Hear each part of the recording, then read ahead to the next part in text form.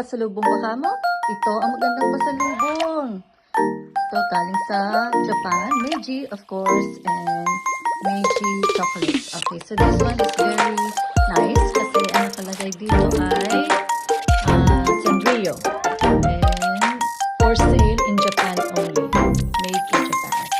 So, talagang dito nyo i-pagpipili sa Japan. Meron siyang 19 pieces. Bakit 19 total?